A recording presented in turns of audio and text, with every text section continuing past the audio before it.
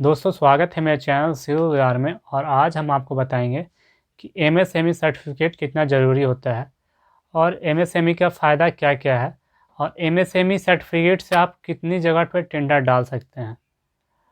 देखिए, MSME certificate उन उन इंटरप्राइजेज़ के लिए जो इस माइक्रो स्मॉल है, एकदम इस छोटे लेवल पे है, स्टार्टअप है, जो उन लोगों के लिए होते हैं। जो स्टार्टअप और एमएसएमई है दोनों एक ही है, बस नाम अलग अलग है।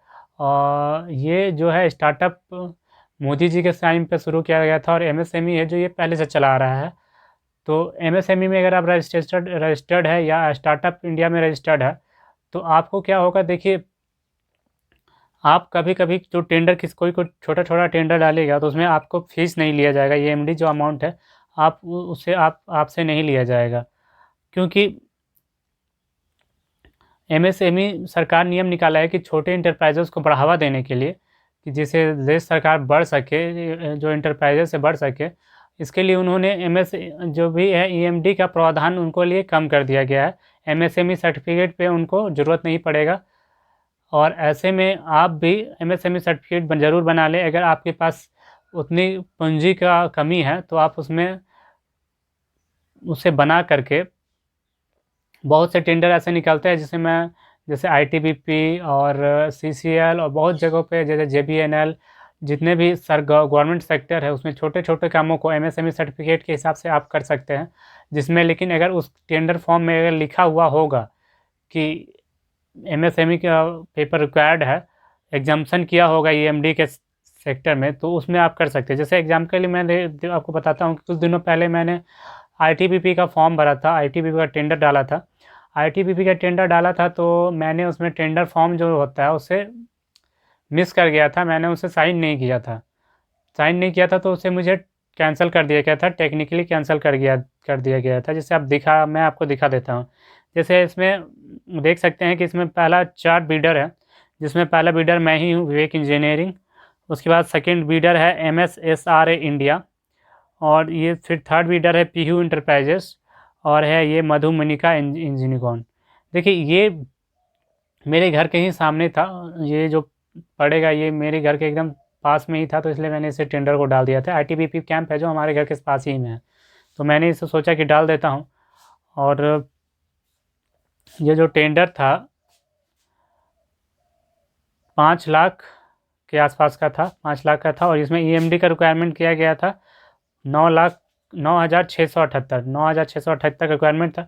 चूँकि उस टाइम मेरे पास ईएमडी नहीं था तो मैंने 22,000 का ईएमडी दे दिया था, क्योंकि उस समय मेरे पास 22,000 का ईएमडी था तो मैंने उसे दे दिया था। और ऐसा है कि बीआई आपके पैसा दे दीजिए, ईएमडी वापस हो जाता है, इसलिए मैंने 22,000 का ही दे दिया था। अब देखिए, जो ये 4 नंबर पे आप देख सकते हैं, मुदु मीनाक्षी इंजी कौन है, इसका टेंडर फॉर्म्स ड्यूली साइंड है, मतलब इन्होंने साइन करके जमा किया था।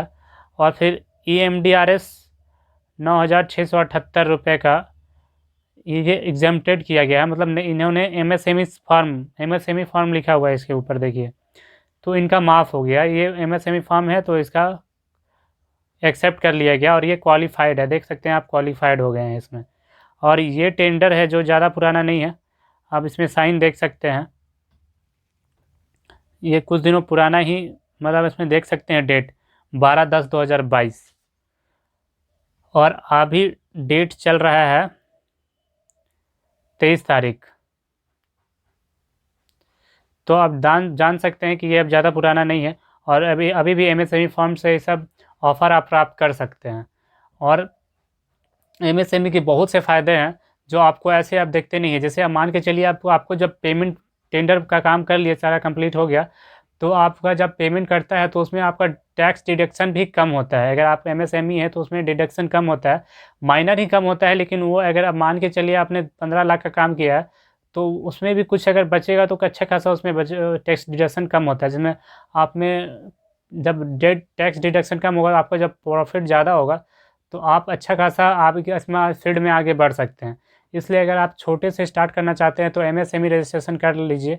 एमएसएमई का रजिस्ट्रेशन आप यूट्यूब में सर्च कर सकते हैं तो उसमें आपको दिख जाएगा कि कैसे उसमें रजिस्ट्रेशन किया जाता है। बहुत ही सिंपल प्रोसेस है, और मैंने भी बना के रखा हुआ हूँ यहाँ पे एमएसएमई सर्टिफिकेट।